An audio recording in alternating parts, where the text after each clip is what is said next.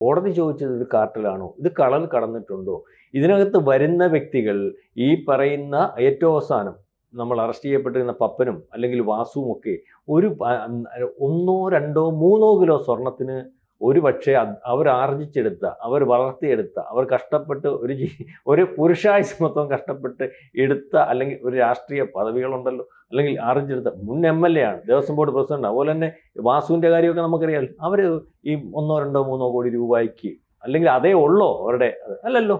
അപ്പോൾ അതിനകത്തൊരു അന്താരാഷ്ട്ര റാക്കറ്റ് ഉണ്ടെന്ന് കോടതിക്ക് തോന്നാൻ കാര്യം, അന്താരാഷ്ട്ര റാക്കറ്റ് ഉണ്ടെന്ന് അല്ലെങ്കിൽ കോടതിക്ക് തോന്നാനുള്ള കാര്യം എന്ന് പറഞ്ഞാൽ ഇതിനകത്ത് ഗൂഢാലോചന അത്ര വലുപ്പത്തില്ല. ഗൂഢാലോചന വെളിയിൽ കൊണ്ടുവരണമെന്നാണ് കോടതി പറഞ്ഞത്. ഗൂഢാലോചന അത്ര എളുപ്പത്തിലാണ്. എല്ലാവർക്കും അറിയാം സ്വർണ്ണമാണെന്ന്, എന്നിട്ടത് ചെമ്പാക്കുന്നത് അതിനകത്ത് ഒരു പ്രയോജനവും ഇല്ലാത്തവർ നിന്നു കൊടുക്കുന്ന ഒരു അവസ്ഥയില്ലല്ലോ. അതിനകത്ത് തന്ത്രിയും മേൽശാന്തിയും വരുന്നു. തന്ത്രിയും മേൽശാന്തിക്കും അറിയാവുന്ന വിഷയത്തിനകത്തായി സ്വർണം ചെമ്പുപാളിയാണെന്ന്, പിത്തളപ്പാളിയാണെന്ന് എഴുതിയതിൻ്റെ കീഴിൽ, അല്ലെങ്കിൽ അങ്ങനെ ആ സ്വർണം പോയി, അതിനോട് അദ്ദേഹത്തെ കൊണ്ട് എഴുതിച്ച് ആദ്യം ആ കുറിപ്പ് മേടിച്ചതിന് ശേഷമാണ് മോസർ ഇറക്കുന്നത്. എല്ലാം ക്ലീൻ അല്ലെങ്കിൽ എവിഡൻസ്, അല്ലെങ്കിൽ കോടതിയിൽ വന്നാൽ പോലും പിടിക്കാൻ പറ്റാത്ത രീതിയിലേക്ക് ഉള്ള ഒരു കൊള്ള വളരെ കരുതിക്കൂട്ടി നടത്തിക്കൊണ്ടാണ് പറഞ്ഞ കോടതി ഇതിനകത്ത്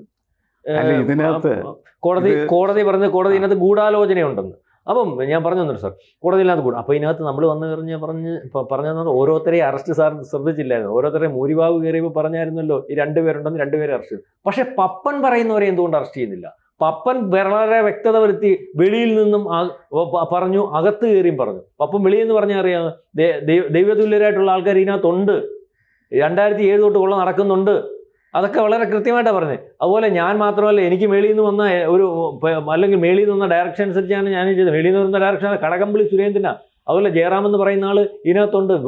ആദ്യം പറയുന്നത് ജയറാമിൻ്റെ അന്താരാഷ്ട്ര ബന്ധം അന്വേഷിക്കുന്നു, വിദേശ ബന്ധം അന്വേഷിക്കുന്നു. പക്ഷേ ഇവിടെ ചിലരെ ആൾക്കാരെ മാറ്റി നിർത്തുന്നു. ഞാനുണ്ടെന്ന് ഈ 2 പേരുടെ മൊഴിയിൽ നിന്ന് നമ്മൾക്ക് മാധ്യമങ്ങളിൽ കൂടി വന്ന മൊഴിയിൽ നിന്ന് മനസ്സിലാകും. തന്ത്രിമാരുടെ 2 പേരുടെയും മൊഴി കേട്ടാൽ ഞങ്ങളുണ്ട് ഇതിനകത്ത്, ഞങ്ങളെ കൊള്ളയ്ക്കകത്തുണ്ടെന്നില്ല ആ മൊഴിക്കകത്തൊന്ന് മനസ്സിലാവുന്നത്. ഞങ്ങൾ ഒപ്പിട്ടു, ഞങ്ങളടുത്ത് പറഞ്ഞു, ഞങ്ങൾ ചെയ്തു. എന്തിനാണ് ചെയ്തത്?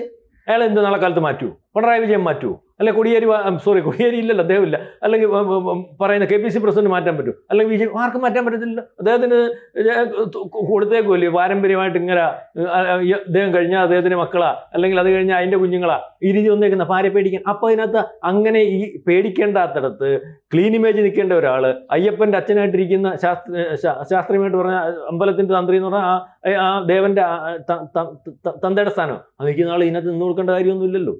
സബ്സ്ക്രൈബ് ചെയ്യുക, ബെൽ ബട്ടണും അമർത്തുക.